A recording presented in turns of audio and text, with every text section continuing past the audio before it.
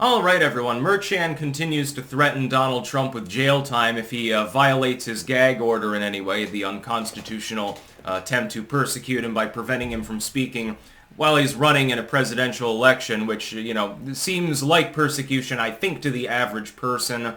If you got Trump derangement syndrome, of course, you think, well, of course he's guilty, so throw him in the brig. And you think, well, TDS suffers. They can, at this point, I think, be cured. Will Rikers Island become Donald Trump's Elba moment? Of course, you'll know the island of Elba, the Mediterranean. Napoleon Bonaparte goes forth, and he has to retreat from Moscow, and Europe, the uniparty of Europe didn't really like him, so he abdicates and is exiled to Elba for a short period of time, for 100 days roughly. Then he returns, he manages to escape, he goes to Paris, he rallies the troops, and he manages to restore his imperial title. He later gets defeated at Waterloo, but for what it's worth, he does restore his title. Now, I'm not drawing a comparison in the imperial sense between Trump and Napoleon. I'm just saying that the kind of exile conditions that would be reminiscent of Elba seem to overlap with the claim that Donald Trump could end up literally in Rikers. Eric Adams came out the other day, and he said, don't worry, if he does have to go to jail, Rikers is perfectly ready for him. There are several complications that I've noted. The first complication is he's going to have to be isolated from literally every other prisoner. Because he would have a target on his back from day one, among any prisoner that's there that, is a diehard leftoid or something like that. I know they tend not to get put in prison, but there are some there. That's problem number one. Problem number two, security at the prison would have to be completely overhauled. I mean, it would inconvenience all the other prisoners probably too. So, I was talking about justice for people who are incarcerated. The Democrats are big on that. Well, I would think that'd cause a few logistical nightmare issues there. That's number two.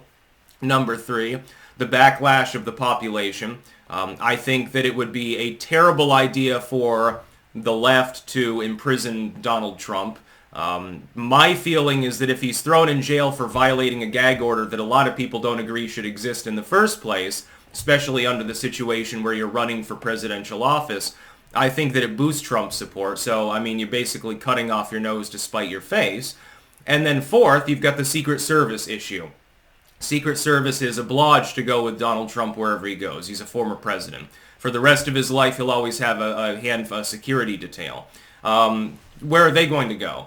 Because they have to be in proximity to him. Are they going to have to take turns sitting in the cell with him? Or standing outside? They'll have to set up a couple of chairs so that he can have his extra guards. What about when he's on the goddamn prison yard? You're violating his criminal rights if you don't allow him to get a little exercise. Are you going to clear the whole yard and have special Trump time or something like that?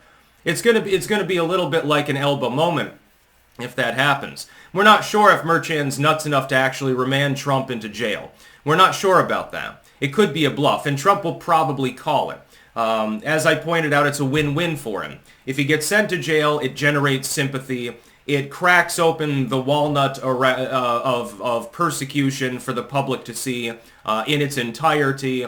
And if he doesn't get put in jail, the court becomes a laughingstock. If I were Merchan, I wouldn't have said anything of the sort because it doesn't make sense. You put yourself in a back against the wall lose-lose situation where it's basically like, hey, do you want to drink strychnine or do you want to snort some cyanide? Well, you're fucked either way, so I don't understand exactly the reasoning behind the judge's decision to make that statement in the first place. I think you could end up with a mini exile moment that generates sympathy, causes uproar, generates a huge amount of attention, and when he inevitably gets out, the first thing he's going to do is have, hey, I had some pictures taken of me in the cell, and he'll be waving from behind the bars, and a Secret Service agent snaps a couple of pictures. It's not like he's not going to be able to have staff visit him and shit like that. I think under New York law, he's allowed to give interviews and stuff like that, so he's going to have a rotating cast of reporters begging to be let in order to talk to him for 10 minutes. It'll be anarchy. It would ruin, ruin, and Rikers is already ruined, but for what it's worth, the logistics there, the order with which the jail is capable of operating would effectively break down. It makes no sense. Really, you're just emboldening Trump anyway. If Trump knows, hey, I'm either going to have to be silent, which I can't do, Or maybe he puts me in jail. Well, he's probably going to choose the latter. And he's just going to say, well, I don't care if he puts me in jail. I really don't give a damn. I don't think that Trump does give a damn. I don't think that he cares. By the way, depending on how long you put him in jail, is this going to screw with the other court cases against Donald Trump? I mean, Judge Cannon just had to indefinitely postpone the proceedings in Jack Smith's case because she came out and said it's true. She's like, I can't set this trial date because it's going to be impossible for him to meet his obligations with these other courts. He has to constantly transit to different locations in order to fight these legal battles. He's in New York, he's in Florida, he's in Georgia. I can't set this trial date right now. It's impossible for me to do so in good faith and conscience because it would make it impossible for the defendant to even attend the trial meetings. I mean, effectively, Donald Trump would inevitably get held in contempt of court just because two trial dates happen to overlap. And then there'd be a big, again, it's persecutorial in nature. They would love that. I don't think that this is how they're going to stop him, though. The lawfare persecution sort of thing is already kind of on the skids. Jack Smith's case with the unredacted redactions has basically fallen apart. Now it's not sure that it's even going to be a thing, the trial itself. Then you have Fulton with the corruption case there, which wasn't taken even half as seriously as it should have been. The Letitia James case, that's just civil anyway. That's on appeal under bond anyway. Trump won that round. And then you've got Alvin Bragg's case. There are a laundry list of complications with it, to the point where the case may end up in a unanimous not guilty verdict anyway. So yeah, go ahead and put him in jail. Make him Napoleon Bonaparte. What'll happen is that you'll give him more power. For all the people out there worried, oh my God, Trump's going to come back. He's going to have blood coming from his wherever, and to quote him, and he's going to be angry, and he's going to be authoritarian and tyrannical, and he's going to go after his political enemies, like Joe Biden is already doing. Well, yeah, if you want to give him a cause to do that, if you want to give him an excuse as to why he's actually doing that sort of thing, all you have to do is put him in Rikers. It would be a glorious time for him. Can you imagine the number of pictures that would generate? And don't put it past them to be dumb enough to do this. They were already dumb enough to charge him in the first place with felonies. First time it's happened to a former president. What happened to his polling? It rose, both in general matchup and in primary polling. He's gobbling down the independents like water right now. Have you seen the polling from Pennsylvania? He's pulling ahead there.